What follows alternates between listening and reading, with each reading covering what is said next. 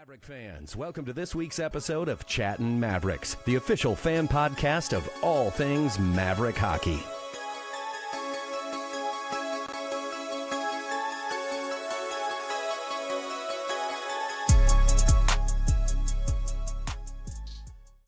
Brought to you in partnership with Pulltab Sports, this is Chattin Mavericks. Check them out at pulltabsports.com and on your favorite social media platforms at Pulltab Sports. What is up, Maverick Nation? Chattin Mavericks is back for Season 2. If you're a new listener and just found the show, welcome. If you're a seasoned listener from last season, thank you for coming back. We are pumped to have everyone who's tuning in. We got two awesome interviews to kick off the season for you guys today, and we're going to take a look at the Mavericks roster for a little bit as well. Before we get into it, I got the faithful crew here with me, as always. Mr. Chattin, the new teacher. How are ya? Anything crazy happened since we last recorded a little over a month ago? No, not really. I had to leave the lake. That hurt. No more pontoon rides every day. Tough. But no, back in Mankato, ready for hockey season to start. Yeah, not too much has really happened. Moved back into the same place. I'm gonna have like a moving story like Cam did. Yeah, well, there's more to it that we can get to, but hell yeah. What about you, Chad, Mr. Big Bag of Knuckles? It's been good. Sports for the kids is kind of slowing down and starting up again. Like, yeah, lacrosse ended. State tournament was like a month ago. Then cross country started. AAA ended. Dance is starting. Like, it's a little bit of a transition. Then you factor in school with all that. So we're enjoying the little breather that we get right now, but it's not going to last very long. Yeah, it's kind of that season of transition right now. School's starting up too, so yeah, it's nuts. Fun stuff though. Is that a Tracy? Did you get a new Tracy jersey that you're wearing there? Yeah. Wow. Get your Tracy merch today. Beautiful. That is awesome. It's pretty sick. Like, I absolutely love it. I thought, based on the website, I thought this was going to be on the back, but I'll take it on the front. That's fine. Nice. That's friggin' awesome. Yeah, I think I had a little bit of karma coming my way. I don't know if it's because I made fun of the city Mankato and closing down Victory for so long over the summer or what, because I know I brought that up last podcast, but shortly that week after we recorded, I had a little bit of a week. I ended up a lot of tools fell out the back of my truck early in the morning. And being the smart guy that I am, I put my phone number, name, all that and everything. And when I realized that they were not in the back of my truck, I retraced my steps and went back, and they were gone on the side of the road. So that was on Monday. Several $1,000s worth of Milwaukee tools. If anyone sees any Milwaukee tools with Cam, my phone number, and orange spray paint all over it, let me know. I'm looking for them. So that was on Monday. And then that Thursday, I was on my way home on my commute, and a person decided they wanted to blow a stop sign going about 10 over the speed limit. And they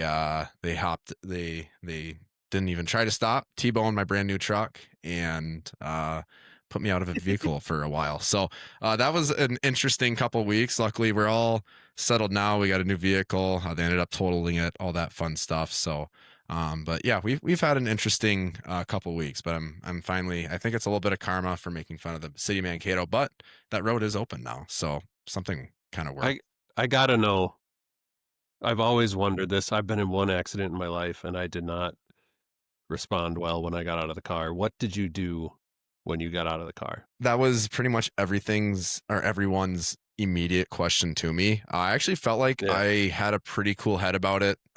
Granted, it was in the middle of a neighborhood, so there's like everyone and their cousin came out of their house and like was watching, like checking, because I was the one that got hit pretty bad. Like that, I was going south, and by the time I got out of my truck, all the airbags deployed, all that fun stuff. By the time I got out, my truck was facing north. So that's how hard they hit me. Truck did a 180. It was pretty nuts. It was very loud according to everyone else.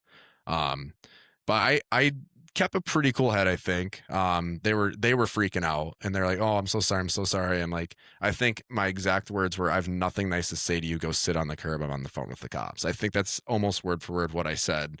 And if they would have kept trying to talk to me, it probably would have got a lot more disrespectful. But he also hit me, so I can be kind of mean. But no, I think I kept my head pretty good. But it was never been in a car accident with the airbags going off, so I can scratch that one off the bucket list. That was interesting.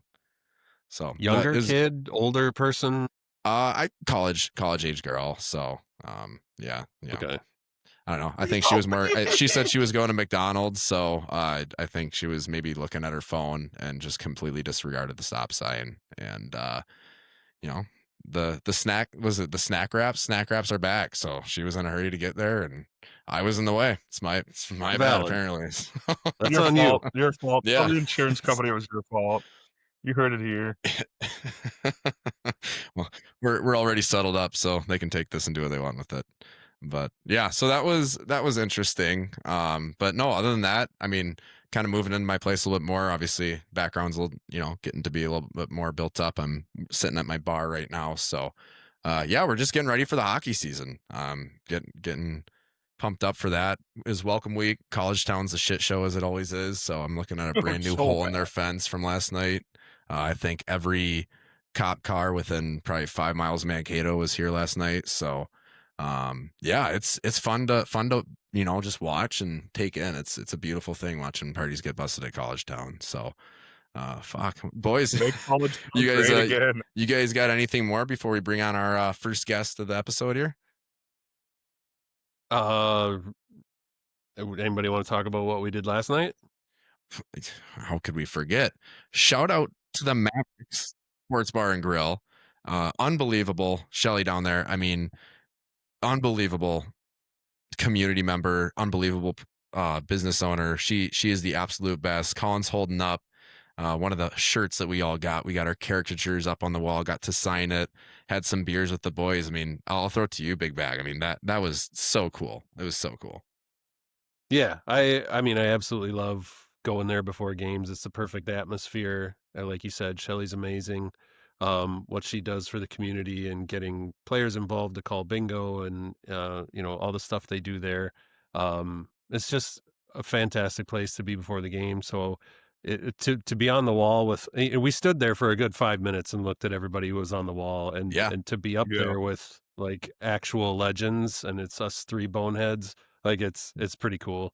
So that was pretty awesome. We got to try like a burger that's not actually on the menu, which was absolutely amazing. Like it was greasy and cheesy and everything I want out of a cheeseburger. So I loved it, and won some money playing pull tabs. It was a good night, man.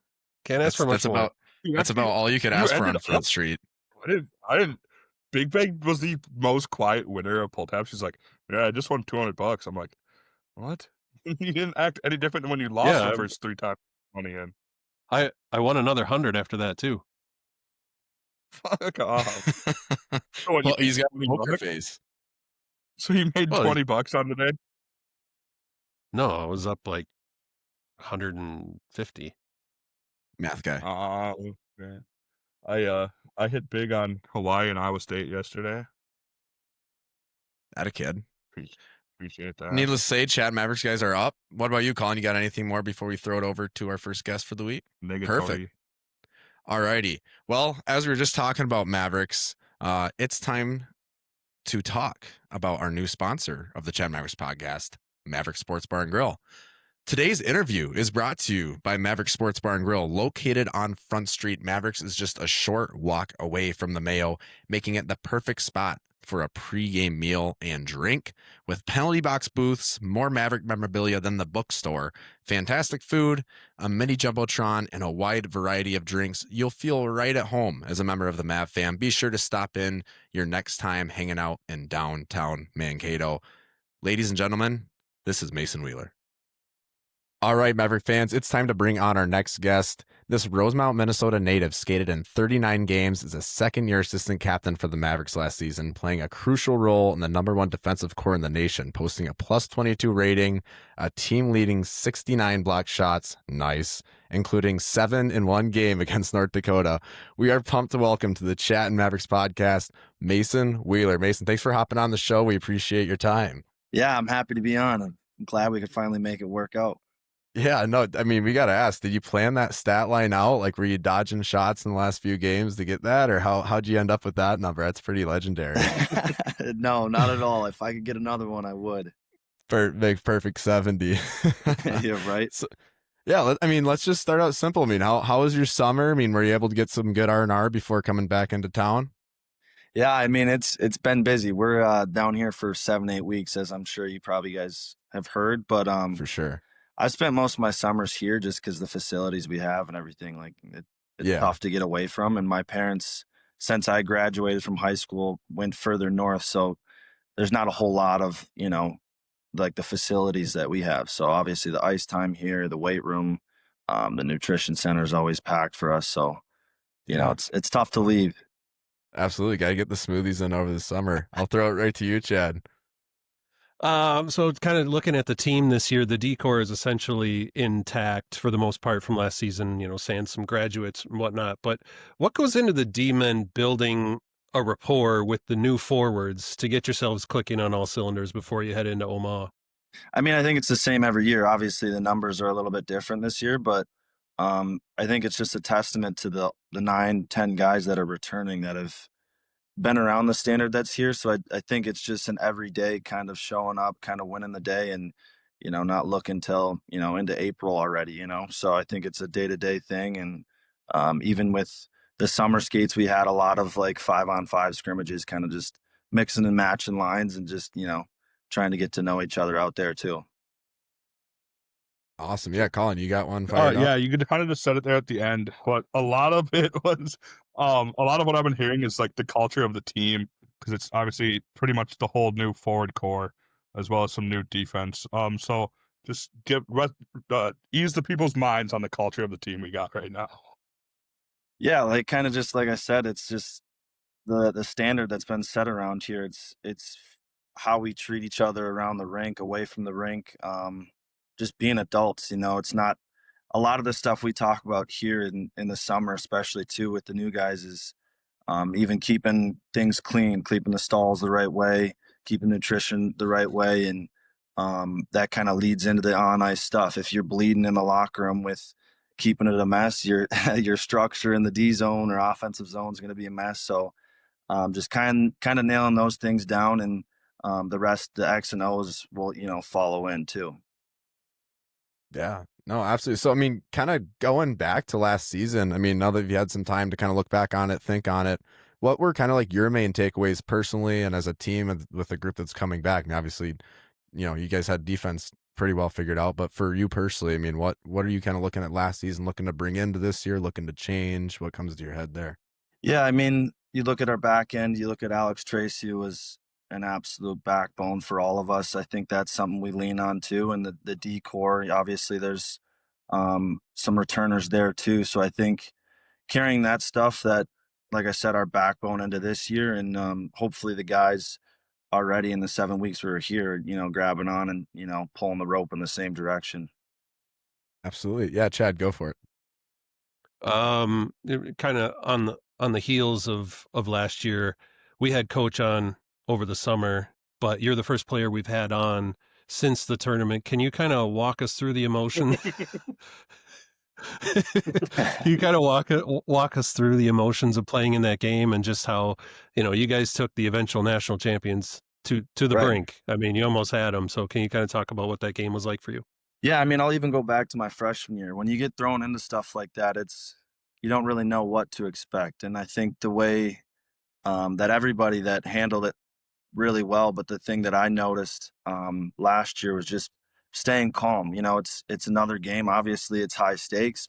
It's do or die. But I think that's something that I took into going into regionals, is like, man, it's just another game, and you don't have to put the cape on by any means. And yeah, just leaning on each other, and that game could have gone either way, right? There's a lot of really good things, but yeah, it is tough to look back on and be like, man, you're one shot away, you're one block shot away, you're one breakout away, whatever it is. So there are pieces that are tough to go back and look on, but there is a lot to learn. And I think heading into this year, there's obviously we're not in April or March yet, but there's a lot that those returners have seen too that we'll take into this year.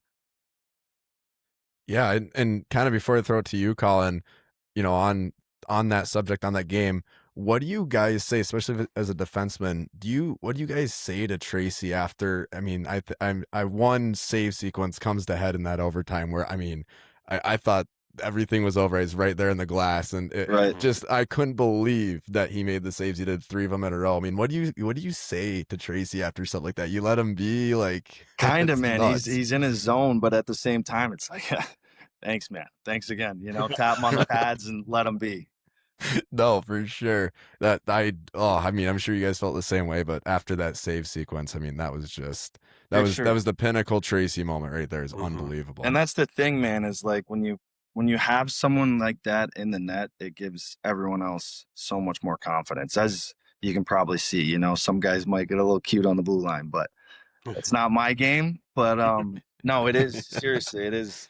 It helps everyone up front because then they have confidence in their game and they're able to make more plays, so yeah, absolutely, go for it. Yeah, Judd. so you kind of just said a little bit there. My next question is about like getting cute on the blue line and stuff like that. So how do you guys as leaders keep each other, like the team, accountable for stuff like that? Like, hey, let's not, let's make. Yeah, no, I hear you. I think it's just a level of maturity in the locker room too. We're all 20 plus years old, and I think that's the nice thing too, is like when you make a mistake, you don't need someone jumping down your throat, really. And if you continue to make those mistakes, it's pretty evident that it's tough to stay in the lineup. Like everyone knows when you make a mistake, and so you don't need to, like I said, run and jump down someone's throat. So it's kind of just like let them be and make the next play. Absolutely. I want to go back, kind of your time in Tri-City. You guys kind of had some nice postseason success there. Can you kind of talk about how that experience was? And then what was kind of like the recruiting process for you? How did you kind of end up in a Maverick sweater? Yeah. So Tri-City, I got, I'm fortunate enough that I stuck there for 2 years, right? Because that's out of COVID. You had those college guys coming back, and it was a tough 30-something games that I had, but a lot of talent in that locker room too. That was kind of my first exposure to some high-end players, and just trying to lean on those guys and take bits and pieces from them. And like I said, was able to stick. But the recruiting process was more so in my second year of kind of talking with Hastings and the old coaching staff, and they sparked interest in me. And I've always been a Minnesota guy, and I knew this was a spot for me, especially when I came on campus and I was around like Borchard, a bunch of Minnesota guys too. And, they kind of run you around and show you beautiful college town and all those beautiful things. So all the sites. Yeah, exactly. So you kind of brought up, the old coaching staff and Hastings and stuff like that going in. Obviously, you don't want to look too far ahead, next game's the most important one, but Wisco is coming up. I mean, that's gotta be one that's kind of circled on the calendar a little bit for you. Absolutely. It's special. It's, there's no, I wouldn't say bad blood. Like he was an unbelievable coach, and just like all of us, we're trying to find whatever our path is to get to the next level or whatever it is. So, but no doubt that is definitely something that's marked on the calendar, and we're excited for it because there's a lot of kids in that locker room that we've played against, growing up, but also guys that, shared a dorm room with. So it'll be exciting. It'll be fun to go head to head with those guys. Yeah. Do I have it right? You played with Fitzy for 2 years at Tri-City, right? Yeah, he came. Yeah, my second year he was with me, and then obviously freshman year here too. So yeah, no, that's awesome. Hockey's a small world, so it's always fun to meet up with those guys. Right? Yeah, so, no, it'll be a fun one for sure. Oh yeah, we'll be there. So Chad, I'll throw it to you. So going back to life on the blue line, obviously you have to have a high hockey IQ to play, D1 college hockey. But would you say that defensemen kind of have to have a more cerebral game in their pocket. And for any Bemidji State fans listening, cerebral means using your brain. I just want to educate some people. I But mean, I think it definitely depends. It depends on the situation and everything. I think if you're talking high IQ and all that stuff, it's not just the blue line. It's being in the right spots, the right times in the D zone and all over the ice. But even to a testament to the forwards too, a lot of that is timing, like their routes coming into the D zone or breaking a puck out. Because if they're too ahead of the rush or the play in the D zone, and you hand the puck to them, lights might be going out. So it's a lot of that goes into it too. So both sides. Yeah. Absolutely. You got another one, Chad? sure. Yeah, go for it. We kind of talked about schedule. Oh yeah. Let's go back to high school a little bit. Yeah. Section 3AA was hard enough when you were playing there, but they've since added Creighton to the mix. Would you say that Section 3AA is the hardest section in Minnesota hockey? Yeah, I mean, when I was going through it, it was like St. Thomas was the powerhouse, and high school hockey is unbelievable. I think there's levels, obviously, that all the Minnesota kids go to. Like they have the elite league and all that stuff, so the exposure for them to really develop early is unbelievable. But yeah, back to your point, 3AA is, in my eyes, one of the toughest for sure. Yeah, absolutely. Yeah. I mean, the teams you were on were unbelievable. I think I was looking at it today, I think you had 7, maybe 8 D1 players on that team, including a couple more D3 guys. I mean, Charlie Strammel, for crying out loud. Yeah, I mean, you guys are loaded, and Yeah. you It was a didn't make special it through. group. I mean, that's what's so nice about it too. Like I was kind of touching on the exposure that we have to also develop those skills early. But yeah, there's Jake Ratzloff, Broughton Sabo, the list goes on. Like those guys, being able to be surrounded by guys like that early, really pushed each and every one of us, So, and it's also a testament to show how hard it is too to get to the state tournament. Mm-hmm. Yeah, no kidding. I'm an Eastview guy right now, and it's almost like, as much as Eastview and Rosemont don't get along, it's almost like we're kind of pulling for each other in sections for somebody to get past St. Thomas and Creighton, and it just never 100%. happens. 100%. It's like whenever we run into St. Thomas or someone else has them, it's like just get through them, and either one of us can go. But yeah. Rosemont almost had them last year against Creighton. They went up early, but just couldn't hold on. Yeah. That's incredible. Playing Southern Minnesota high school hockey, I think Campbell Psychos was the only kid I played against that really went anywhere. Well, Brody Lamb was decent. He put up a hat trick on me in my senior game that ended my career, but that's all right. We won't bring that up. Right. Juts, you got one? Oh yeah. All right. Oh, here we go. It's not. It's just a normal one. Do you got any pregame rituals or superstitions on game day? There it is. Yeah. Nothing too crazy. I kind of keep the same routine. I'm not the guy that has to wear the same dirty socks or anything like that. But I mean, just the routine of getting up, getting here, getting my work in before we get on the ice and stuff like that. Obviously, the meal stays the same. Trying to think. But yeah, taping the stick, stretching out before meeting, stuff like that. I don't have anything too crazy. I got a question. So we're talking on pregame here. We had Scott Nelsen on the show. He'll be on the same episode. We recorded some yesterday and some today. I asked him. I'm a big music guy, and obviously I'm in the stands. I've had a couple brews. Like I'm paying attention to what the boys are playing for the pregame. Now, do you kind of have some seniority on the team? Do you have a couple jams that you've thrown in the pregame list yet that you're excited to hear, or not? Not quite. Not quite. Honestly, that's not really my realm. I kind of pass that off to the guys. I'm not too picky with the music either, as long as it's not, some smooth jazz before a game. We're good. You just got to get some in there. You're pumped up, ready to go. Absolutely. What are your kind of favorite things to do out of the rink? What's your favorite thing to do in Mankato outside of the Mayo? This year is pretty fun. We have more than half the guys that like getting into golf, so that's kind of our way of getting away from the rink and getting competitive on the golf course, which is always fun. Obviously, you probably know, I don't know if you've had Soupy on here and talking about golf, but he's a solid player. So it's fun to get out there with those guys. There's like 15, 16 of us that have a membership in Janesville that keeps us pretty busy. Nice. So we spent most of our time out there when we weren't, working out or in the weight room or whatever it was. Absolutely. That's not all You, bad. you're a pickleball guy too, aren't you? I get into a little pickleball too. Yeah, that's Oh, that's boy. another one. We got some picklers.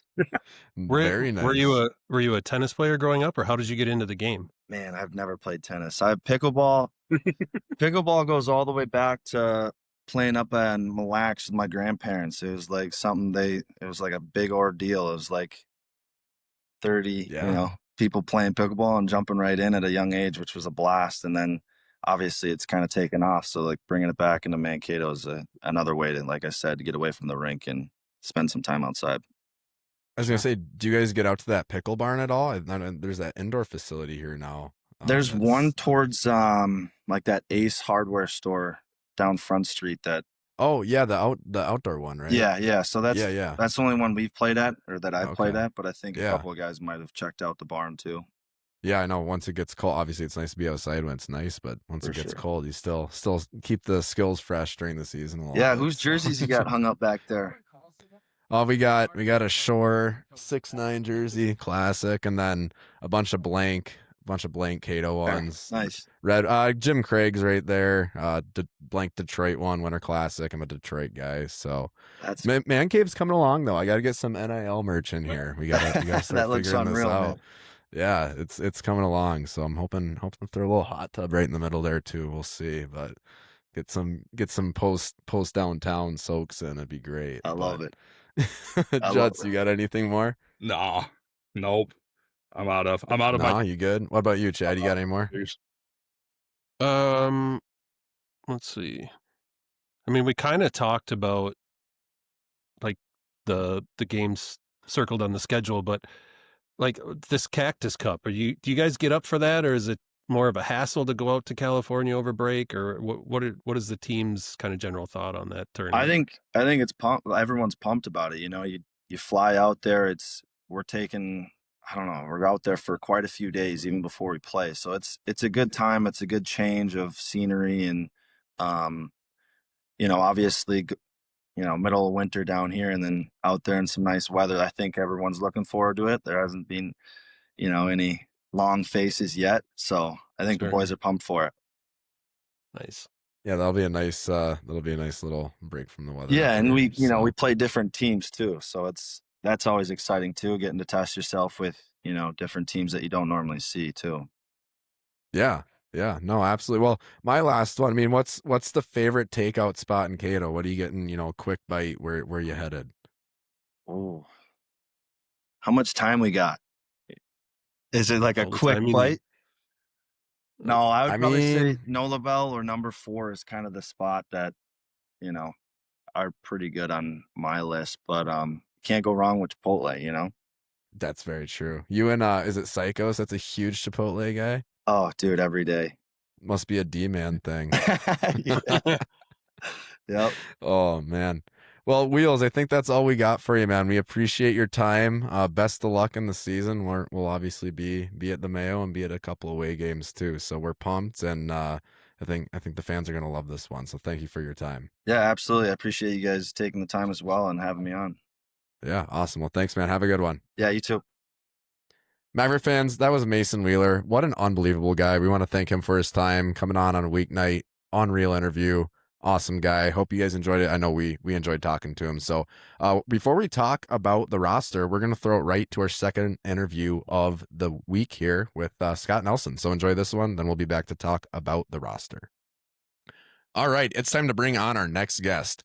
This guest holds the role of Senior Associate Director of Athletics, overseeing marketing and communications here at Minnesota State University Mankato.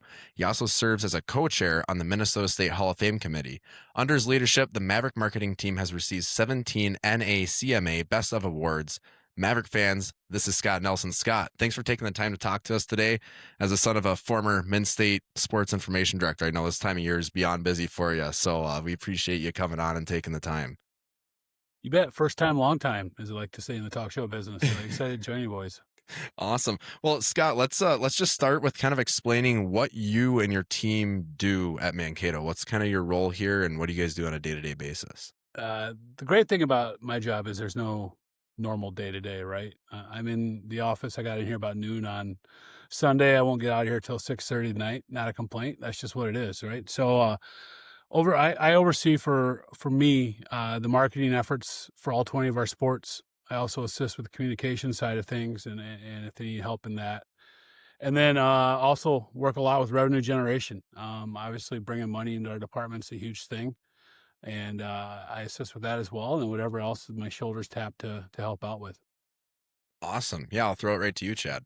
Well, I mean, let's start with the big ticket items first. I mean, money and college sports is the topic du jour right now. So we'll throw you a softball. What are the Mavericks doing these days to keep up? Well, as a department, I'll start there. We continue to try to grow our corporate partnership sponsorships, right? And adding new ones every year and continuing to evolve that. Corporate sponsorship dollars feeds our scholarship engine, for all of our sports. On the hockey side, it's just continuing to collaborate and work, myself and Shane Drahoda, our deputy AD for compliance and student services. We work probably weekly, if not, multi times a week with Michelle and the crew over at Line Change Collective, making sure, that they have ideas, we're following the rules, and if what we need help with, and if there's partners we can collaborate with to make the Line Change Collective better as well. So lots of things, and then also getting creative at times, right? I think all three of you are signed up. Just, you get signed up yet for the senior camp? Trying to find little things like that to bring some money in. We're up to 30 people signed up for that adult senior Nice. camp, and that'll be a great day, not only to learn about Maverick athletics, but it's also a great way to support the team.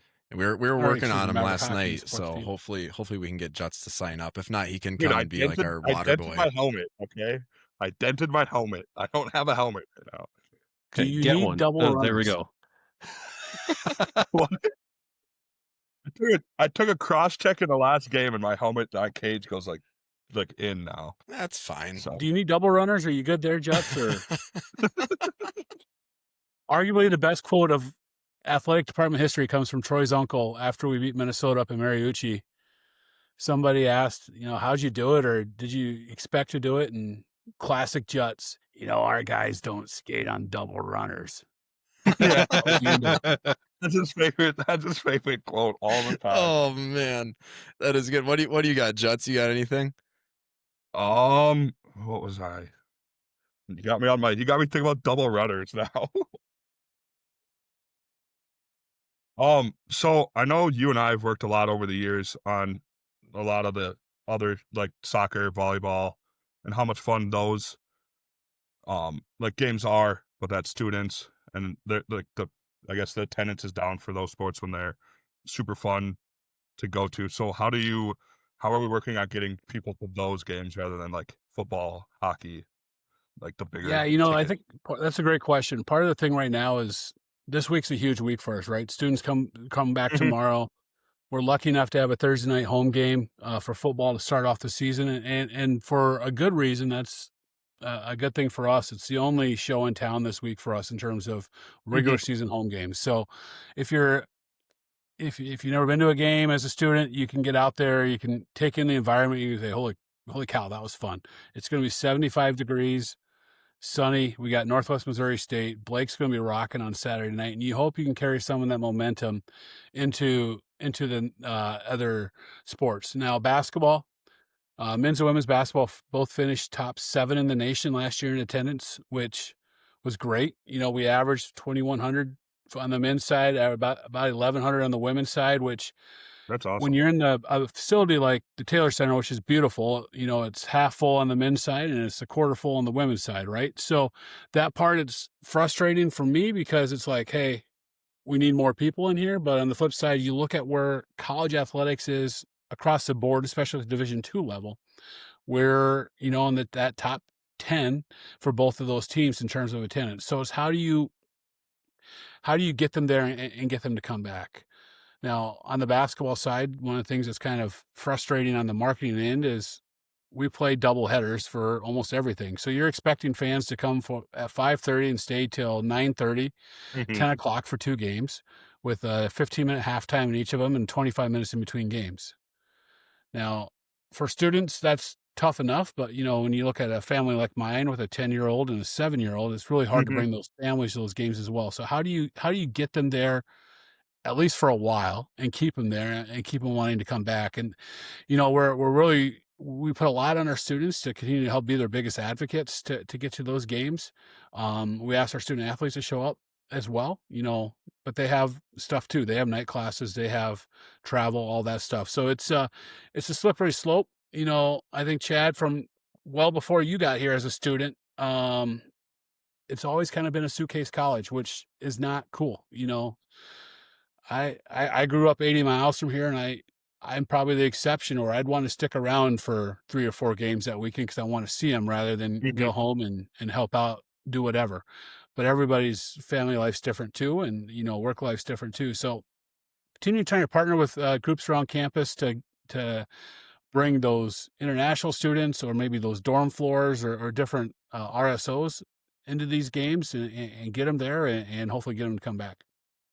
That's a perfect segue into kind of one of my questions I have written down. Obviously, Colin did a lot of work with the herd on campus when he was enrolled in school. What can students do? If there's anyone out here listening to this right now, what does that process kind of look like to kind of revive the herd in the eyes of the athletic department and the university? Because I know at one point it was an RSO, then sometimes it wasn't. What are you the guy to talk to? Is there someone better to talk to in terms of that?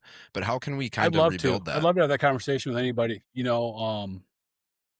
Right, wrong, or different, Juts has been a part of the herd since I came back in 2019. Which is great. But the thing is, I think people realize there was this, and I don't want to step on toes. Maybe I'm too nervous to approach Juts. He's so good looking and has such an outstanding personality that I'm just scared of him. Right. Or maybe it's just fear of hey, they got it. I don't want to overstep. So now's the time for new leadership. Juts is moving over, behind the benches. I'd say in the perfect area for a coach who's no longer in the league to taunt, but it is what it is. So Juts will be over there, and he becomes more of my problem now because he's going to be standing about 9 feet from where sitting about 9 feet from where I stand. That's my You can hear us? Oh, Chad, can I hear you? Look at me. Look at me. We're good.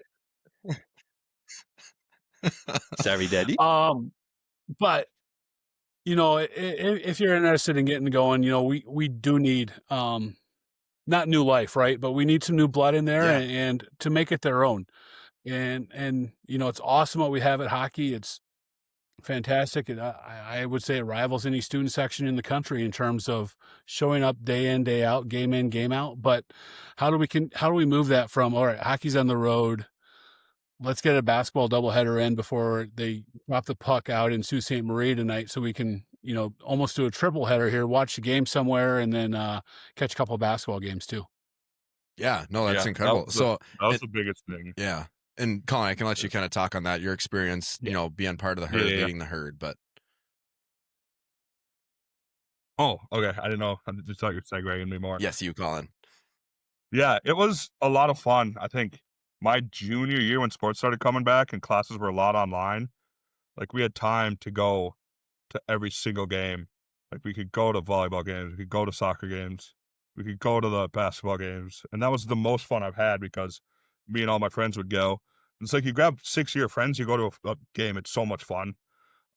Even the volleyball games, the band gets into it, bump set spike. Volleyball games are the most I guess in the moment that you can be as a fan, in my opinion. The dad out was one of the best. Yeah, that was so much fun. That was fantastic that you guys did. We all dressed as suburban dads with the long socks and the sandals and stuff. Awesome.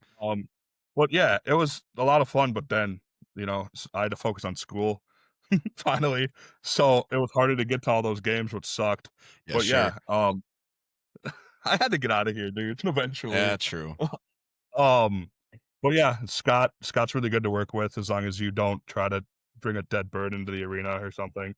That's never. You understand, it's always a problem for me, not just on the night of that it happens, but it's also every Tuesday when we have that follow-up meeting and what's ahead and, with the hockey arena. And it's like, hey, talk me through this bird thing. Yeah. I wanted to I will. ask you.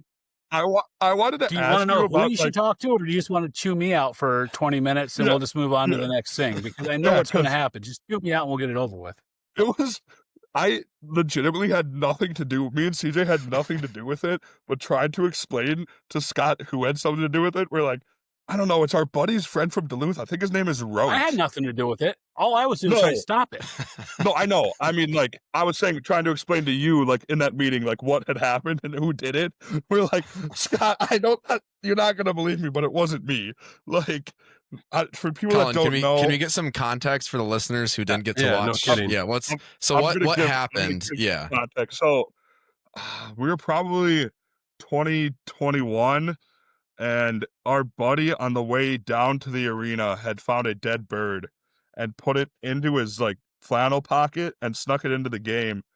And we were playing like Huntsville or someone bad. And the guy looks at me and he goes, the student section, he goes, if we get up 7-0, I'm ripping the head off this bird. Jeez. Oh, And no. so we get 7-0, and sure enough, he rips the head off the bird. But as he does it, they leave. Like, they run away and leave the building. So it's just like, I'm sitting there, I'm like, crap, I got to pick up this bird or something. It's going to go on the ice. I'm like, I take Scott, I'm like, hey, so there's a bird over here. If it ends up on the ice, I had nothing to do with it. He's like, Juts, what do you mean there's a dead bird in the arena? Well, again, you know where I stand during games. Yeah. And as close as I am to Chad, I was as close to somebody else on the bench that would not have had a fun conversation with me if there's a dead bird on the ice. He would have turned around and seen me and said, what in the more, what's going on here? With the face redder than Juts's is right now, that I would have had to deal with and answer those questions. Yeah, no, that was one of those times I'm like, I think I'm gonna get banned from the Mayo. I'm like, I didn't even do anything. I think Scott's gonna kill me. I'm like, Scott, I'm trying to find out where the bird goes. We're getting a roundabout way to get there though, Juts, but that's where the leadership comes in, right? Like, you knew to text me, which is great. Yeah. It's like, hey, hey, Dad, something's going on here. And I'm like, hey, son, let's not make this happen. Yeah. But on the flip side, like, I know I can be candid and upfront with you and have those conversations like, Juts, that can't Blake can happen. Like, yeah, I've cussed you out on text more than once, and it's not personal, but it's like, as you know, with leadership, it goes to the top, right? Like, I need to make sure that you know you can carry that message. Sometimes I forget that I would like a leader. Weird. Okay, so you texted Scott. Scott said that was a good thing to do. I'm going to play devil's advocate and say, what did you think Scott was going to do? Did you want him to walk over there and pick it up for you? No, I just knew that it would somehow get to Scott and that he would know I was involved. So I'm just like, I'm going to get ahead of this and just tell Scott what happened.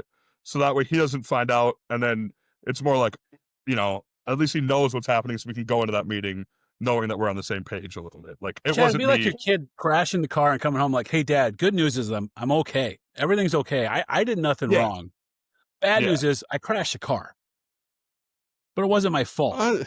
It wasn't my fault. Yeah. I would argue it's like crashing your car into a CVS and then texting the manager of the CVS that you crashed the car into the CVS instead of telling your dad or taking care of it, so the manager of the CVS never finds out. Yeah, I think that checks out. That's a better way to put it. Yeah. I think that's the worst thing we've done. I think that's the only time I was like, I might actually really get in trouble from Scott here. You guys had a few signs I had to come over and ask you to update. Yeah. Oh, yeah. But that's anywhere. I'm not the only person with my job title to have to do that. So. Spelling errors. I think that's a good segue. Unbelievable story there. I think that's a great segue into, you kind of talked about where you stand during games and, what your responsibilities are, but can you go into what does a game day look like for you and your team? What are you guys doing during a Maverick hockey game day? Yeah, it's an awesome question. It really kind of depends what's on docket the rest of the way, right? Like, if the women are at home, I'm probably at the rink by 11:30. I set up shop in the alumni room and I keep working in there, but I'm down there because ticket office is going to have questions, or we're going to need to get the ticket office make sure people are taken care of. work with our coaches, our operations teams on the team side, make sure everything's good. So I like to be down there early, so I can help out in whatever way, but also be available to everything else on campus. There's a handful of times last year football was going on. I was down at women's hockey running the game down there until Marsh got down there later because he was at football. And then once the game starts, clock will start, 90 minutes before, and that's kind of, I don't want to make it sound like I'm an athlete, but that's kind of where I flip into my mental game mode and like, all right, here's the next doors open in 30. Is my intern here to start the music? So when 5 minutes before door open, if that music's not on, I'm texting my crew saying, hey, what's up with music? Doors open in 5, music has to be on. And working with my GA who oversees the production of the game to make sure there's no last minute questions. If we have something going on the ice, like a teddy bear toss or chuck a puck, talking things over with the ice crew, just like, hey, just don't forget we have this going on. Working with Thursby and TJ in public address, helping out communications if they have any, help, need any help with interviews. And then from there, one of the awesome things that Coach Strain has really started doing is opening up kind of the back of the arena. And there's a lot of times, once the doors open, I'm given a tour of our hockey facility to, a 8U team from Shakopee who's coming down and playing a game, or That's a awesome. 10U team from Apple Valley, whatever it would be. Giving those tours, getting those kids on the bench, for warm-ups so they can have a good time. And, just really explaining and telling the story of Maverick hockey.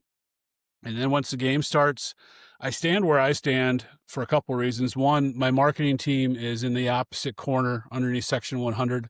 I can get over there in 2 minutes. I can get up to the press box in 2 minutes if there's any problems. And then with Club Jutt's favorite thing in the world, Club Cambria, I can get down there and, talk to our donors and hang out with those folks. And I try to get in there a couple times a game just to make sure I'm saying hello to the right people and thanking everybody that's in there as well, because that's such a big part of our game. Absolutely. And then I help in between at the end of periods, I help with the TV interviews. Post game, I help line up, Charlie's in around the press conference. I'm making sure our players are there for the press conference. And then on a Friday night, it's what needs to be better for tomorrow. And on a Saturday night, it's how do I get home and find myself a cold Busch Light. Awesome. We'd like to hear that. What about you, Chad? You got another one here? Yeah. So obviously your role is a ton of responsibility and oftentimes having to be in 3 places at once. This is kind of the Boblin Mavericks question. What's the most games you've attended in one day? It's probably been 4 would probably be the max I can do. Very rarely will we have more than 4, and that's been done more than once. There's been a couple times we've done volleyball at 11, football at 1, women's hockey at 2, men's hockey at 6, and I've hit all of them for different reasons, right? Sometimes it's part of the year where it's senior day for football, so I have to be there for the start of that, and somebody else starts the clock and starts the operations down there, but I'll leave football before kickoff or right at kickoff and get down the rink and kind of oversee that stuff. So that 4 is probably the most. I don't think there's, other than maybe hosting a softball tournament where there's been 5 games in a day, but it's always been 5 softball games. 4 is probably 4 different sports is probably the most I've been at. But just that's just home. I also had the live stream up on my phone or live stats with my phone and following who's on the road too that same day to make sure I know what's going on with our other teams. So 4 is probably the most. So That's a lot. That's a lot of Maverick sports. it's fun. Yeah, I mean, that's it's not a awesome. job, right? Yeah. Earlier today, we met with our fall and spring or winter and spring sports on their intake meeting. And I started off my portion of the presentation is like, do you guys know what our winning percentage was as a university or as a department this last year? Yeah, And they didn't. We won 70% of our games. So when I show up to an event and I know there's a 7 in 10 chance we're going to win, Yeah. it's Yeah. pretty cool. Yeah, I'd take it. That's pretty nice. Oh yeah, you mentioned, I have a quick one for you, and obviously we thank you for your time, so we want to get you going here soon. But quick one, you mentioned music there a little bit, and I'm a big advocate on, the right song sets the tone of the rink. Are you guys taking maybe some playlist recommendations for before games? You guys already have the playlist picked out? Because I definitely have a couple of song suggestions So, if we can send those anywhere. yeah, appreciate that. A lot of, if I had $1 for every time I heard that. We do. The guys are in charge of their mix for their warm up. Okay. So we get that from the guys. They get that ready. It's what they want. Just our biggest recommendation is clean. We just switched what we kind of use for our music provider this past year, and using more with what Power 4 schools are using for their platform. And the nice thing about it is we were able to subscribe to. They push out a monthly top 20, like all genres. Like, this is the new stuff. This is what's good. So we can start mixing that in a little bit easier. Nice. Get that pushed to us.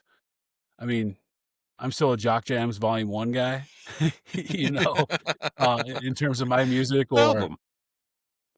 like today when I was working, I listened to OAR. So like what gets me going is different than a lot of other people. Yeah. Right? Like, I don't really need music to get me going. I just need something on to distract me, but I know that changes for a lot of people. Yeah.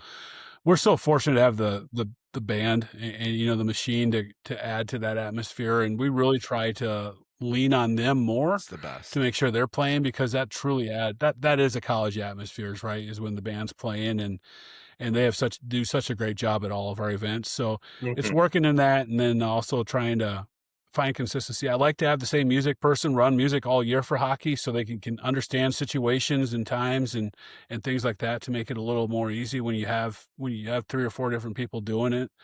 It's always like, oh, what should I play here? It's like when you know how the crowd feels when they play that song last time, when the good time to do it is. Yeah. But if you have recommendations, I'll take them offline. Okay, gotcha. I can talk to DJ Tracy too. I know he's probably spinning the deck somewhere, so I'll be sure to give him my recommendations for the house music. But we'll get that covered. That was my last one. You fellas got any more for Scott here? I got one. Perfect. Yeah, I got one too. Perfect. So Scott, how do you measure like success in the eyes of what you do? We're getting Because obviously you're a lot of philosophical attendance here. based, money based. Yeah, what's that's a great success look for question. you? To me, I want to be at hockey, for example. I want to be above 90% capacity, and more often than not, we always are. But I start looking at our calendar in the summer when it comes out. It's like, all right, students are gone. Like, this is the weekend of graduation, so I know the student section is going to be empty. And I know I'm probably going to take heat on it from the herd on Twitter, but I'm going to start filling it with families of alumni, because I need people in the bowl during a game. And I understand we'll save some tickets aside for our students, but it won't be as many as we usually will, because we can't have the bowl empty during a game. So how do I start filling that? How do I get our group sales going to pick it up? And Colin, you and I had that conversation, and I was like, Colin, this is why. And you're like, oh, that makes sense. Thanks for explaining it that way. I'm like, I was gonna say it makes a lot more sense. The only reason I didn't like it is because like the one year you sold it to like the Mayo Clinic staff, they did not enjoy our company. Well, So I was like, that's oh, weird. you're like, oh, that makes sense. I'm like, oh, maybe next time text me before blasting me on Twitter, because when you don't say my name, I know you're talking to me, Juts. I'm not that dumb. Oh, So I would never talk to you do like that. I'm not like that. but Let's go look at the mentions. that's one way I help measure success where we're at. But it's also, am I hearing from sponsors? Am I activating their sponsorship correctly? Because I tell our interns, like, I meet with them at 5:30 tonight.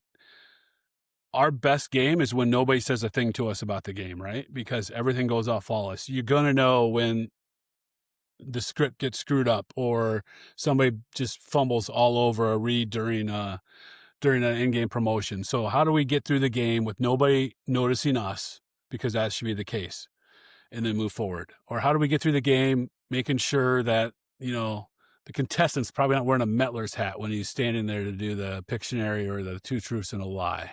Can we maybe ask him to take the hat off just because it's a weird look? I don't know who would do such a thing, but Dude, where'd you pull that from? That's a weird analogy. That's weird. Yeah, I don't know who would wear such a hat. But yeah, strange. But no, Kinda that's a good idea. We should preposterous, we should never let that happen again. Probably that would be a really bad idea. So, but, what about you, Chad? You got your question? With all love. With all Yeah, love.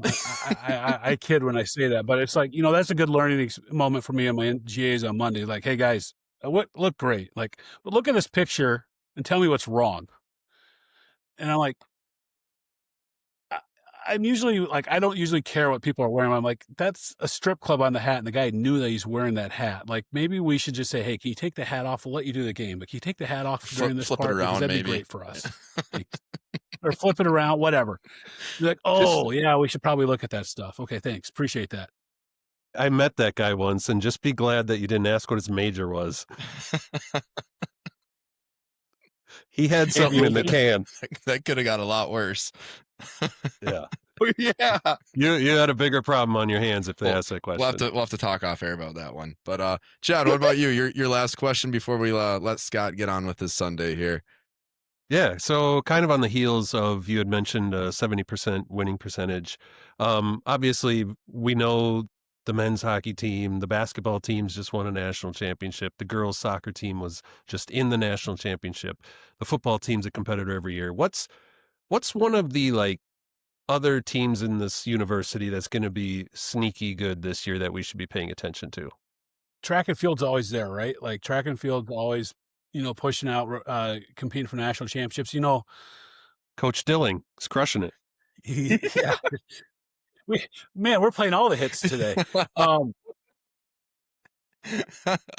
Last year, the men finished 12th in the outdoor, which most teams would say that's awesome. Like, we'd love to finish top 15. I think the men's and women, or the men's indoor outdoor team has a chance to finish top 10, top 8 this year, which will be great.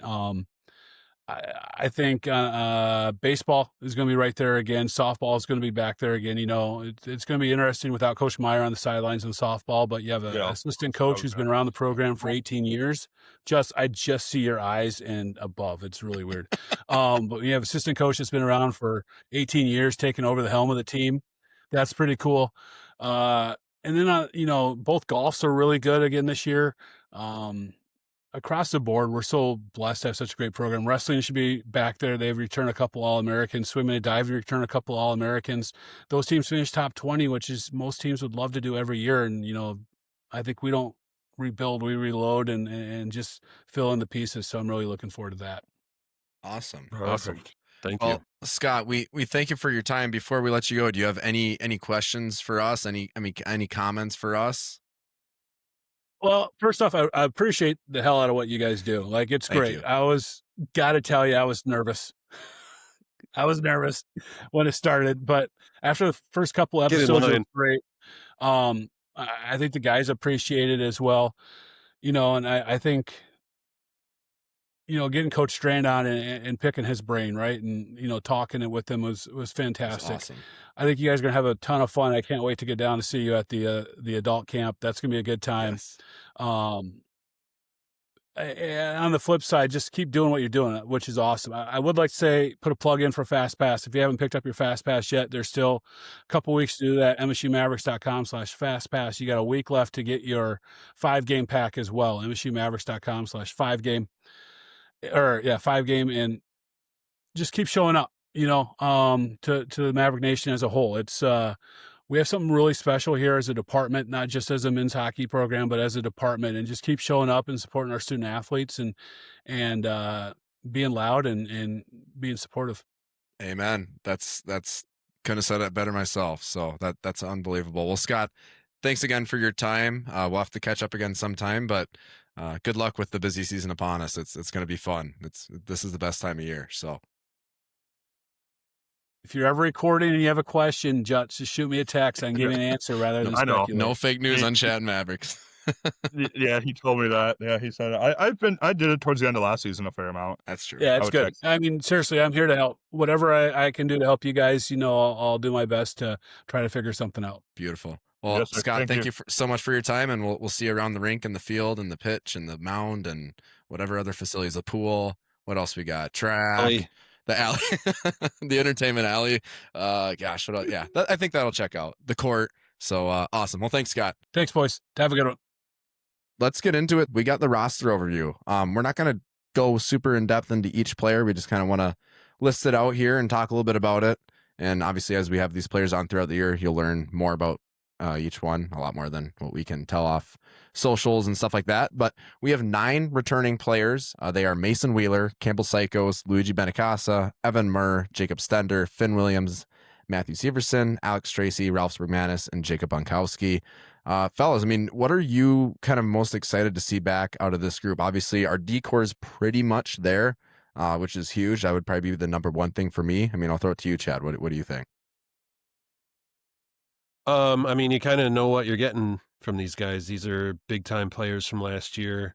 I think the person that I'm most excited to see is obviously Finn Williams. He's battled Yes. through injuries his entire career. It sounds like he's been working his ass off in the off season to get back and play healthy again. I really want to see him do well. So I'm really looking forward to that. Also we haven't seen a whole lot from Bonk. I kind of want to see what he can do as well, especially with his Yeah. brother coming in. Yes. But yeah, everybody else, I mean, like I said, you more of the same, if not more so. So let's go. Yeah. Yeah. What about you, Colin? You got anything on the 9 returners here? Yeah, I'll just go with our defensive core and Tracy. Yeah. Everyone was kind of freaking out about losing everybody, but now that I'm settled, I'm like, we're gonna let up maybe 1 or 2 goals a game. And I know everyone on When you Twitter's put it on "Oh, they can't paper, score." it's Yeah, I don't know, someone tweeted that we can't score. We couldn't score last year and we still won the CCHA. What are you gonna do about it? Score goals, but you can't. So, Oh. let's see. No, Colin, I completely agree. I think the decor is there, kind of like we all are saying. Yep. I think that if you have the defense figured out, I think we said this several times last year. If you have the defense figured out, the other things kind of fall in line. I think that's the harder of the two to get right. And then with the uncertainty, I guess I'll say, of what the offense is, just because we don't know the players yet and what they're capable of. All playing together as one unit. Obviously, that's just going to be a pleasant surprise when the season starts, I think. So let's get on to the 10 transfers here. These are all players that were playing Division I hockey elsewhere and transferred into Mankato. They are Jacob Conrad. He comes from Lake State. Alex Zetterberg, coming from Boston University. Tristan Lemire, I believe is how you say it. If not, sorry, Tristan. But he's coming from Western Michigan. Ian Samoza, he's coming from Western Michigan as well. Jack Smith from UMD. Felix Gavers from St. Lawrence, Sawyer Scholl from Wisco, the old reverse Wisco trade there. Nice to see it coming the other way now. Charlie Lurie, I believe is how you say it. Again, sorry for butchering names. He's coming from Omaha, and then his teammate Liam Watkins, sick last name, also coming from Omaha. And then Max Beckford, sorry for butchering that, Max. He's coming from Bentley. So those are the 10 transfers. Obviously, I think a lot of hype around Zetterberg. I'd say as a Red Wings fan, that's kind of the one I got my eye on, but we've all heard great things about all these guys coming in from one highlight or another on Twitter. I'll throw it to you first, Colin. I mean, anyone you got your eye on? Anyone you got any tidbits on the 10 transfers coming in? Not too much on the transfers, but I'm excited for Samoza. I know, and Zetterberg. Obviously, everyone's excited about Zetterberg. But just having experience in winning, granted he didn't play all that much, and then I'm trying to remember who the other one that came from, Western is, but just having those Tristan two and their Lemire. experience on the team will be good, and then as well as all right, Tristan Lemire, and then as well as the kids coming from Omaha, I liked, what's it,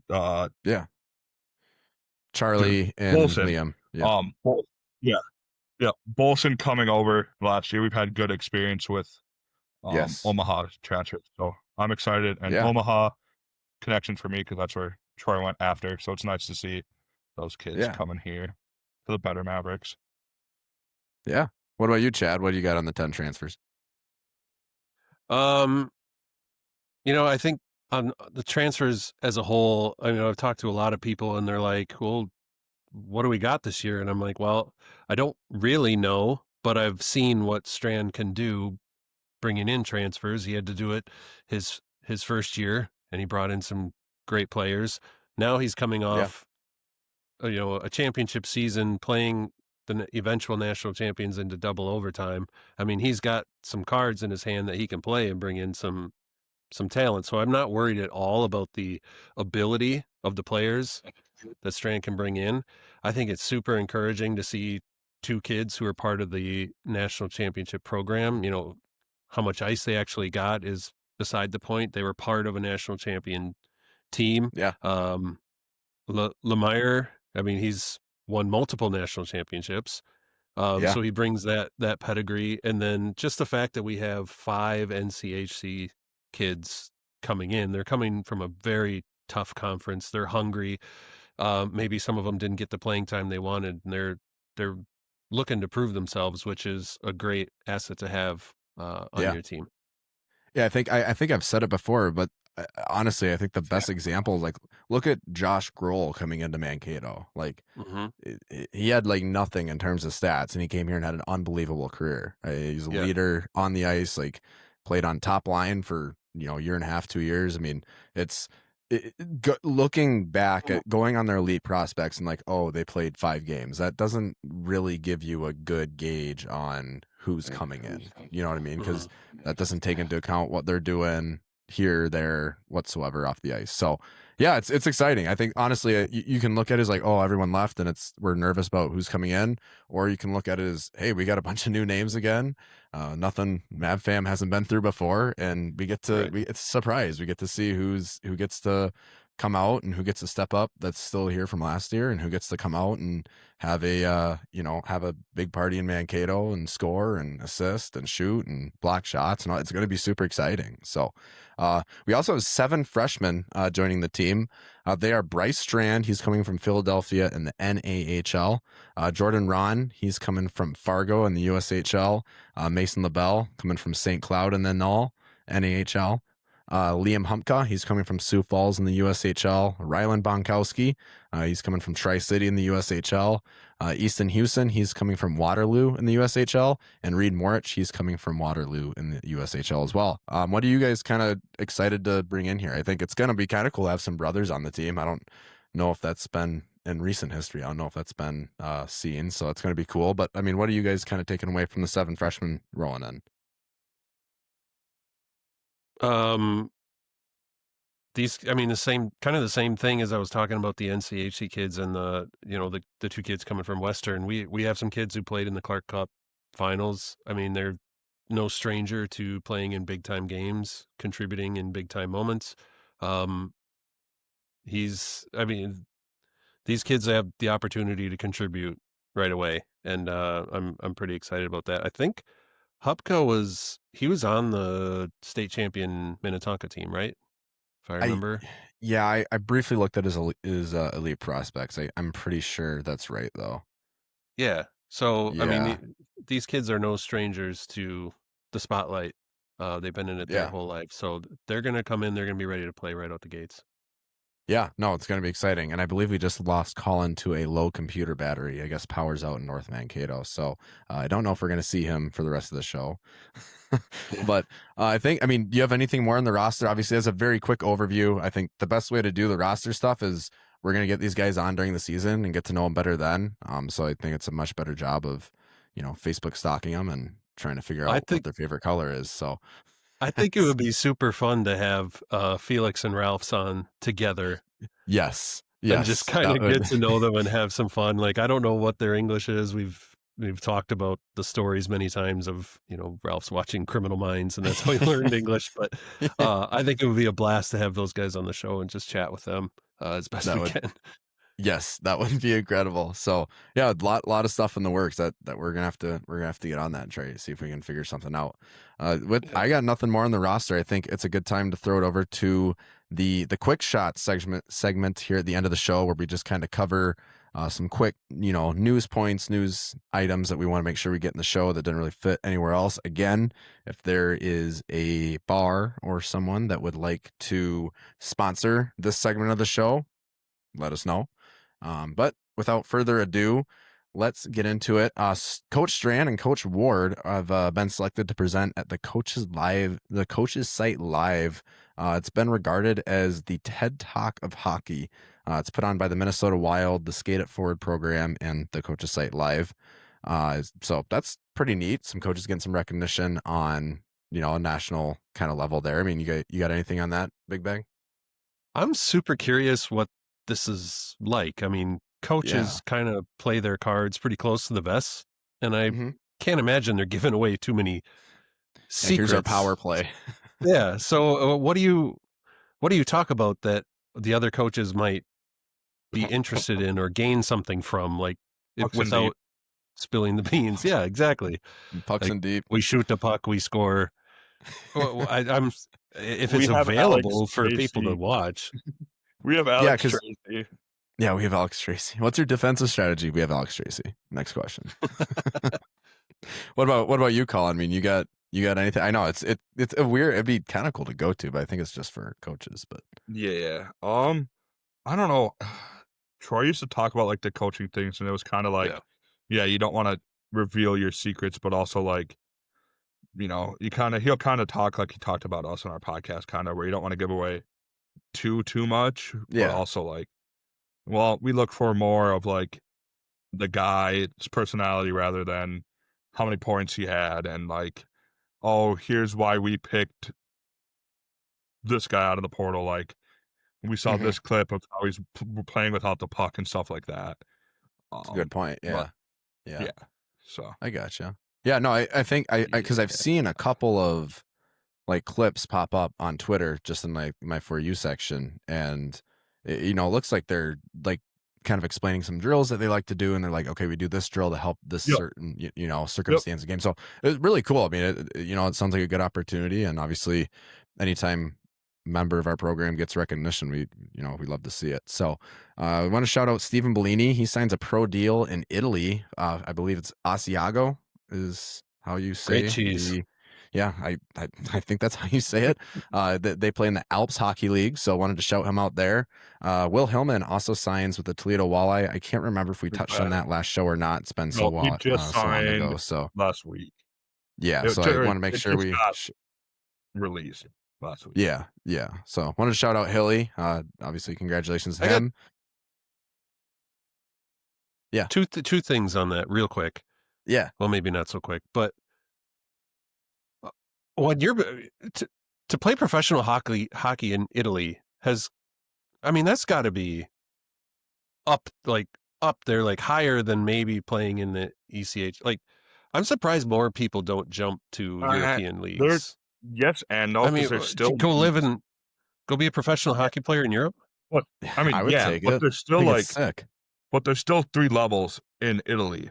Like, it's like there's still 3 levels, so he might not be on the top level. So I didn't say what like tier or whatever, but I know like but so they might not be making as much money as they would here, but I don't know how the tax situation works. But I know like living in Europe and playing hockey if he plays and if he plays 1 year in Italy, jumps to freaking the France league or not, I mean Germany, like all these other leagues. You could have 4 years, 4 different teams, and see half of Europe. Yeah. Right. So, yeah. You're getting paid to play hockey in Europe. Like, that'd be sick. It'd be awesome. What was your other big one, Big Bag? My other thing, this might be a little bit longer, but so we're reporting on people who's essentially living out their dreams to play professional sports in the game they love. That this obviously doesn't happen for everybody. I'm curious if you guys have a moment where you knew, like, all right, this isn't going to happen for me. Is there like a specific memory in your life where you're like, yeah, this isn't going to work for me? I just like maybe signing up for the nope. Maverick adult camp. I don't know. That's when you knew it was over. I think I mean, I can get pretty specific, but my senior year of high school, I think everyone wants to play juniors after high school, right? Like, that's the dream. And that year, COVID happened and pretty much like shut down tryouts, this, that, whatever. And I mean, I didn't have any like offers or anything, but I mean, if you want to play junior hockey in the US, you can. There's garbage teams everywhere. So I really wanted to play junior hockey, and I think once that happened, I'm like, all right, we're gonna get a degree and start working, because I don't think pro hockey is gonna happen. Yeah, mine was definitely earlier than senior year. Why is that? It's when I put on a couple LBs. I was like, nope. Be a linebacker instead. Right? There was like What a is- day where you woke up and you're just like, yeah, I don't think I'm playing professional hockey. No, not for me really. I just like knew Mhm. like pretty much the whole time. What about you? Was there because you played some football back in the day Yes, that sir. was a higher level. Yeah. Professionally, So I didn't mean, you? tell us a little bit about that. I mean, what was the Well, I'll first say the moment, I know the exact moment where I knew like this isn't going to work out for me. And it was right before practice. We're warming up on the field, and I'm going through my warm-ups, feeling good about myself, feeling good about how I've been playing. And my coach calls me over, and I'm like, all right, here we go. He's gonna, he's gonna maybe tell me that I'm won the starting job, or I'm gonna be the captain, whatever. Like, he's gonna come chat with me. I get over there. This is in high school, and he's like, have you been having disciplinary problems in class? And I'm like, no. He's like, are you sure? And I'm like, yeah, I'm sure. And he's like, well, I talked to one of your teachers. She said you're having disciplinary problems in class. And then he goes into this whole, the importance of being a good representation of the team, of the school, getting good No. grades, he's this whole spiel. And oh no. the whole time he's talking about this, I'm like trying to rack my brain. I'm like, did I do something wrong? Like what? Just replaying the whole week. And I'm looking around, and as I'm thinking, I'm looking back at the guys lining up, and I look at one dude, and I look at him, and all of a sudden it clicked. And I'm like, and in the middle of his sentence, I'm like, Coach, are you talking about Brad Karsten? And he's like, yeah. And I'm like, Oh no. my name's Chad Larson. He got our names mixed up. And he looks at me, he looks at me and he goes, get back in line. I'm like, my coach Oh. doesn't even know my name. This is over. That was it for me. Oh, fuck. That's Yeah. tough. That was Oh. it was so bad. I'm like, dream dead. Coach doesn't even know Yeah. my name. That'll do it. That'll do it. It's so sad. Oh, it was so bad. Well, speaking of which, though, if your pro Oh hockey my career God. is over and you are looking to freshen up for your men's league, for hockey or something, the MSU Adult Camp is Saturday, September 13th. There's 3 hours of on-ice training. You get to watch a Maverick practice, attend a team meeting off the ice, tour the Maverick hockey facilities. There's lunch provided. You get a camp jersey, Q&A sessions with the coaches, and probably the most attractive offer of all, there's a camp happy hour with the coaches and staff afterward, and you get 2 tickets to the home opener against RPI. You can't be enrolled in higher ed at this time to be there, and you have to have the ability to tie your own skates and a helmet with a cage or a shield, and you're responsible for all your own gear. So I might be out with the skates thing. I got to practice, but I'm hoping to be there. I know I'm signed up, so if I can't sign my own skates, if I can't tie my own skates, I won't be out there. But Chad, you're signed up. I know you're pumped, and Colin, you're a maybe. We'll see if my helmet fits. Perfect. What about you, Chad? You're pretty pumped up. Oh, I'm excited. This should be super fun. I'm signed up as a goalie, so see if you can score on me, and if you don't, I'm going to make you feel really stupid because I suck. I too am signed up as a goaltender. I'm actually getting I got ice time here in about an hour and 15. So I'm getting ready, gonna be prepared, might get some content, get the trapper moving, get the blocker moving, get the pillows scooting. So it's gonna be pretty exciting. I mean, talk about what a cool, and obviously we heard about it from Scott a little bit too, but just Strand really opening up the locker room and the kind of back of the rink and stuff like that to the community has been unbelievable. And this is just another way to take advantage of it if you're a Maverick fan. So hope to see you there. Find it online on the team's website. And I mean, you boys got anything more? We got X questions here, but you guys got anything more before we hop into those? Oh, let's do it. Sweet. Let's do it. All right. Everybody so, guilt getting Colin into into going to X- that camp, though. Yes. We need to get some ats on Twitter at the I herd. can't be tearing my whole body apart. I'm not in. I'm not in. We'll see how I go. No, I'll probably go now that I have a job and actually have money. That's really There the you go. biggest, being broke. Perfect. That helps. Money's huge. Nick Mueller, first X question of the Mueller. 2025 season for Chattin Mavericks here, season 2. Congratulations, Nick. Well, I guess he's doubling up on a question, but we'll get to the next one later when it shows up. Who do you see as the biggest point getter for offense this season? Who do you Alex see taking Tracy. the biggest step forward in development? Yeah, Alex Tracy's going to be leading in goals and assists. No, I mean, Gonna do I it think all. the easy answer for me is Alex Zetterberg. There's been a lot of hype around him coming in this year. Just as a offensive kind of like a Rhett Pitlick type player. So I think that's the easy answer, but I think that's the cool part, kind of what we talked on, but that's kind of the cool part is we don't necessarily know, and we're going to score goals this year. So it's going to be exciting to kind of see like, oh, okay, this guy's got a nice release, or these two connect on, 2-on-1s really well. It's good. That's going to be kind of the fun part of the season. So yeah, I mean, what do you guys have maybe for a response there for Nick? I'll go. I think Luigi's going to have a big year. I think Samoza's going to have a big year. Obviously, Zetterberg, everybody's talking about. Who's going to take the Excited to see biggest? Finn healthy. Yeah, Big for Wood sure. The biggest step forward. Bonk. Bonk. You go ahead, Colin. I got to think about that one. The biggest step forward for me is going to be Finn Williams. Yeah, I like that.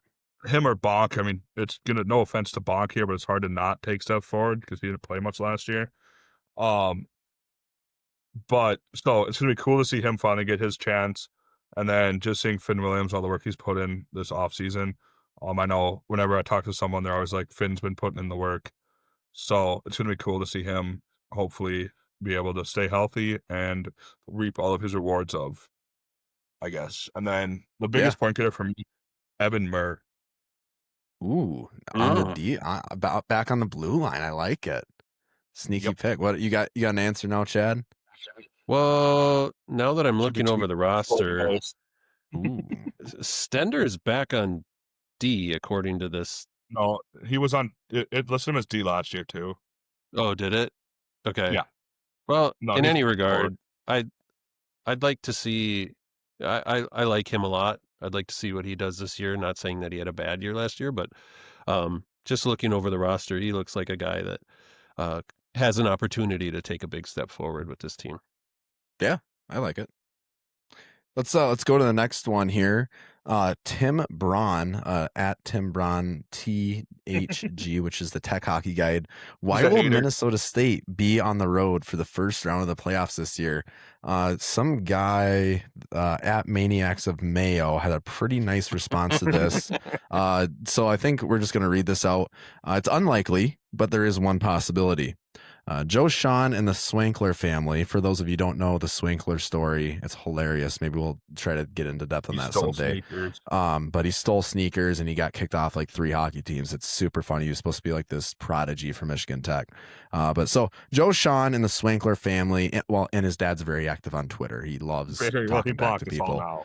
He blocked us all. But Joe Sean and the Swankler family joined forces and plot an attack to get revenge on Mankato after years of embarrassment. They planned an attack with stolen sneakers and an army of used cars on the day of the first round of the playoffs. Mankato PD gets wind of the impending attack, and the game is moved to a neutral site to prevent a mass casualty event. That is the only way that Mankato will be on the road this next year, Mr. Tim. So love the preseason banter from the fellows over there in Houghton. Actually, I think Tim actually lives in Minnesota, which is kind of funny. But that was a good one. That was fun. That was a fun one on Twitter. So. I don't know about you guys, but I really don't see a way we're not top 4. I obviously I'm always going to pick Mavs to be number 1, but it's having the defense we have, and we'll get into more of a league preview in the coming weeks here. But I think, I think it's gonna CCHA is gonna be tight this year. I think Tech is gonna be a lot better. I think they're in a better spot than they were. But I mean, I can't wait. Right, that's the best part of hockey. All this the preseason stuff, I'm so over it. It's all bullshit. Keep down the Mavs preseason. We love it. Then we'll win. Yeah. we thrive on it. We chew on that stuff. I mean, they know. Look at what we did last year. We won everything there is to win in this conference, and every year they try to put them down. They put the Mavericks down at third or fourth because they want other teams to get excited going into the season when we all know what's going to happen at the end of the year. Oh, there's a And chance. yes, the Mavs are bringing in players that nobody really knows about, and even these writers didn't do their research on any of these players. And so they just naturally try to put the Mavericks down a few pegs because they're trying to keep the conference interesting for everybody else involved. But we all know that at the end of the season, we're going to be hoisting the trophies, we're going to be winning the awards, and we are going to be going to the tournament. So suck on it. There you go. Mic drop. Perfect. Burnsy, tis the season, boys. Let's go. Hell yeah, Burnsy. We're fired up with you. What's the realistic outlook on the non-conference schedule? We thinking 6-0, 5-1, whatever. Yeah, I mean, obviously, again, we expect and want to win every game. I think. Yeah. I mean, who would you guys think the best competition is? You think Wisco is probably going to be the best non-conference team? Wisco's I would gonna assume. be. Yeah. And obviously, the hype around that game is what it is too. Yeah. So.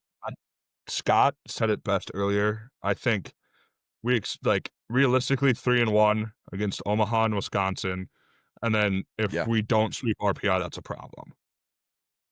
Yeah, I think I think you said it perfectly. What about you, Chad? So 6-0, 5-1. That does. So we're not including the Cactus Cup there. Is that? That's not part of it. Yeah. I guess it looks like he's looking at like the preseason, the first three. Non-conference. Yeah. So yeah, that's a good point. But yeah. I think I 5-1. I would take that. I would imagine there's a split coming with the Badgers. I don't see any reason we can't sweep Omaha and RPI. Yeah. What's that? I would be really happy with obviously 6-0, 5-1. 4-2 is about the top. I'd be like, that's cool. Anything below 4-2, I'd be like, that's a fail. Yeah, I think, and that's the thing too. Early season that's when you're working. That's the thing that is tough too with a team that has so many new guys. I mean, those are where you're really working out the kinks. So that's why I think like that 5-1, 4-2 range. I think that's very plausible just because there could be a game in there where, some misplays happen like that. That's just going to be expected in those games. So, but yeah, sure. I think 5-1 is, I think that I would be very happy coming out of preseason. Colin, like you said, I would be content with 4-2. 6-0 would be incredible. Sweeping Wisco would be insane. That bus ride home is going to be wild. We would put the alcohol in the bus policy we would test that one a little bit. Yeah, it would be it would be nuts. So we'll see what happens though. That's the excitement about the beginning of the season is we don't really know, and that's what we love about watching Maverick hockey is every game's going to be something exciting. So Matt Borst, I know Zetterberg is getting a bunch of attention from new offensive additions, but any under the radar ones that you are looking forward to seeing the most? I mean, we kind of talked about that, but I mean, under the radar, gosh, I mean, I don't know. I guess I'll throw it to you first, Chad. I mean, is there anyone else that you can kind of throw in there, like under the radar, not getting much attention that you think is going to pop off? I mean, I would love, honestly, I think I'd love to see Finn Williams just take off this year. Like he deserves, he's putting in the work. That's, I mean, obviously who we'd love to, we'd love to see him pop off just from a good story, feel good standpoint. I think, we are all deep in Finn Williams' corner. We had him on the show last year. He was an incredible kid. He would be number one, but if I had to kind of, I'm looking at freshmen. Let's go there and see who can shine. Yeah. And I think Morik he had an amazing Clark Cup playoffs. Like he was phenomenal, and I'm really excited to see what he does.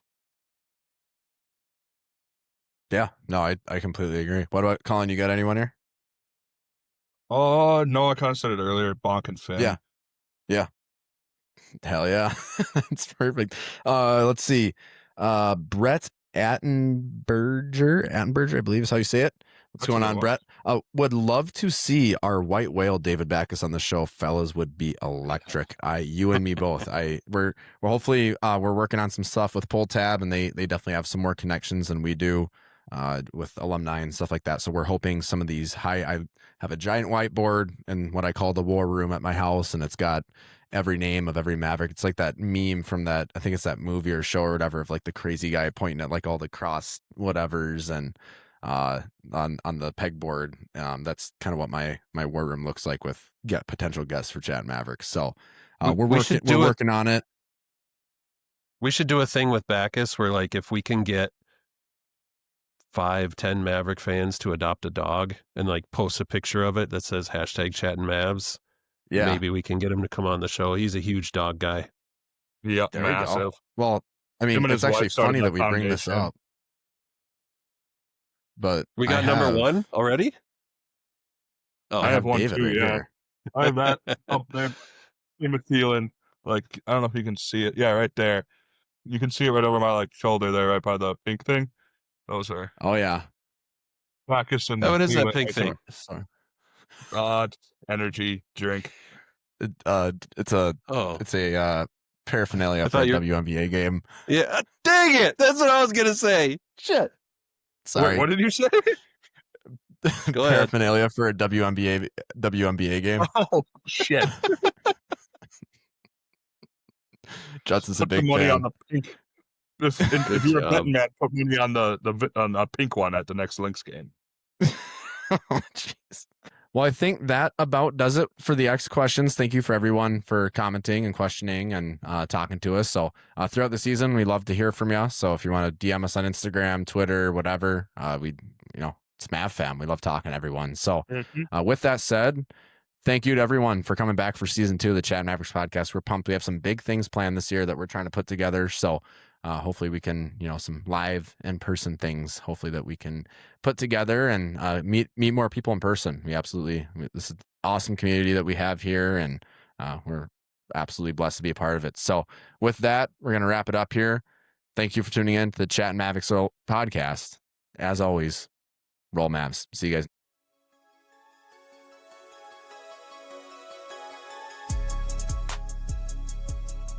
Thank you for tuning in to the Chattin Mavericks podcast. Please be sure to leave a review, subscribe, and share. Roll Mavs.